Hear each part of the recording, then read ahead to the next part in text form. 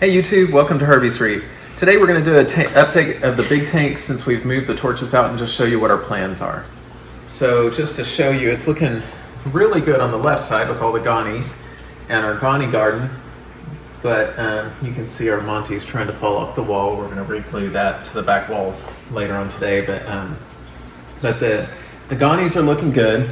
But the issues we're having are we're going to put SPS on this right side over here. So it's completely bare except for the few SPS that somehow grew through the torches just from the SPS we had there before. And then we also have these Zoas at the bottom. I just cleaned the glass, but so they're kind of closed up, but we do have those. But other than that, it's looking pretty bare.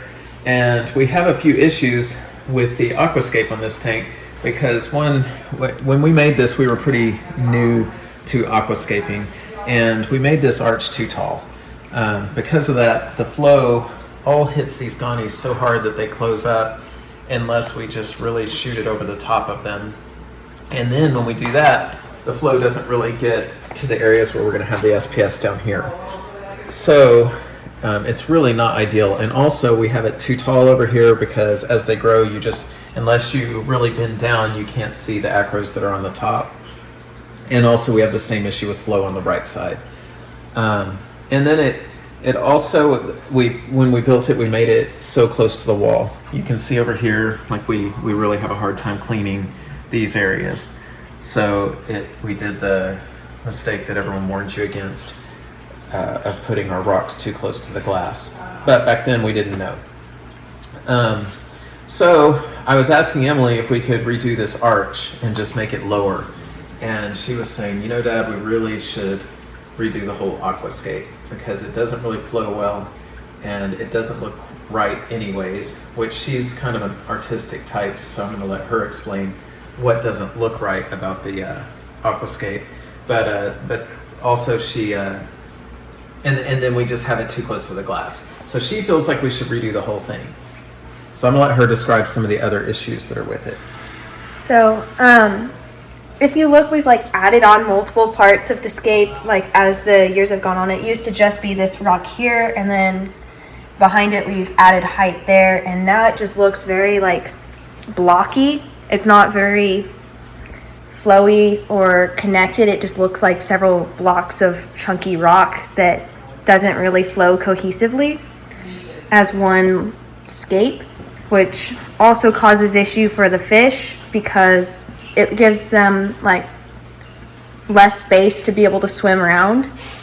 So what we plan to do is make a more open scape where there are arches that connect and go in different levels so that everything just flows a bit nicer together and looks more connected and artistic. Okay, and that's going to be mainly Emily's job because I don't have an artistic bone in my body. I don't know how my daughter ended up being so artistic and her father is not. Probably she gets it from mom. But now the question is, how do we accomplish this? Because we've got the frag tank, the SPS frag tank connected to this. We've got all these fish and all these corals and we really can't move them.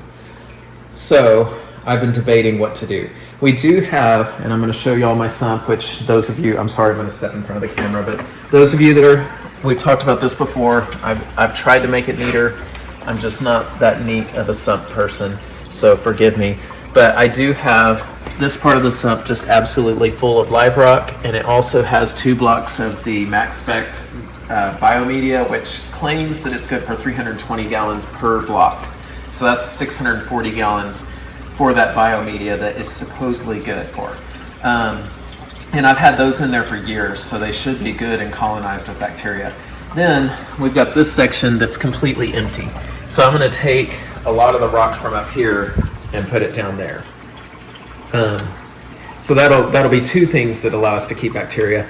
Then I figure I will also dose the Mycobacter 7 for a while to try to add some extra bacteria when we put the new rock in.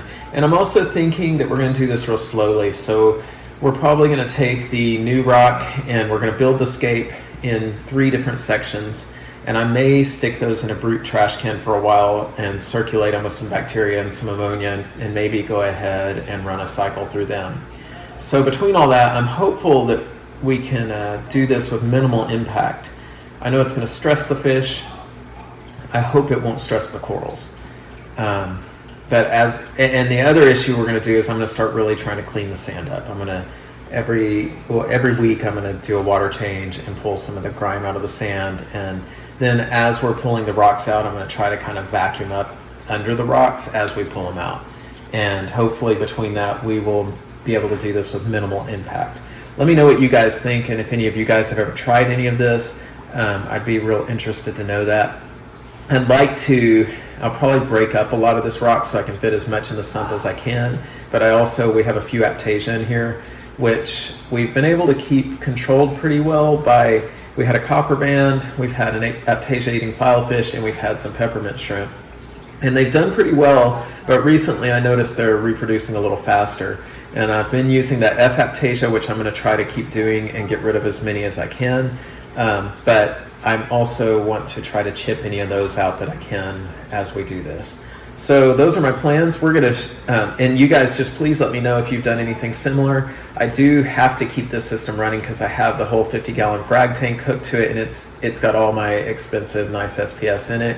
And I need to keep these ganies going, and I have other tanks, but they're not big enough to fit all these corals in them. So there's no way I can totally recycle it. So, but my thought is I should be okay, and I ran it past the group on the BRS page, and they seem to think it would be okay. But let me know what you guys think. We're going to also just take you out to the garage and show you the rock we bought and let you kind of imagine what we're planning for the aquascape.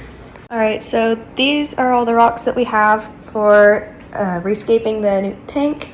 This big archway will be our centerpiece. It'll be the middle section that goes across the majority of the tank. And then on either side, we're going to use smaller arches to come off of it as kind of like a way of like fitting in the ganies, and the main arch isn't long enough.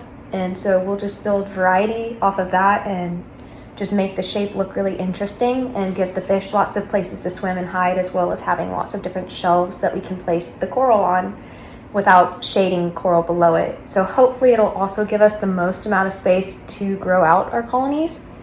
And then these flat pieces that are white, those will be under the sand because they'll just be propping up the arch to get it a little bit higher, because to hit the 2/3 space of the tank, you want it a little higher, just design-wise. That's more pleasing to the eye. So that's pretty much the idea of what we're going to do, and then we'll be better this time, hopefully, about keeping you guys updated along the way throughout this process, and also filming the actual building of the aquascape rather than just finishing it like with the last tank. But that's pretty much it. So until then, let us know if you have any questions, and please like and subscribe.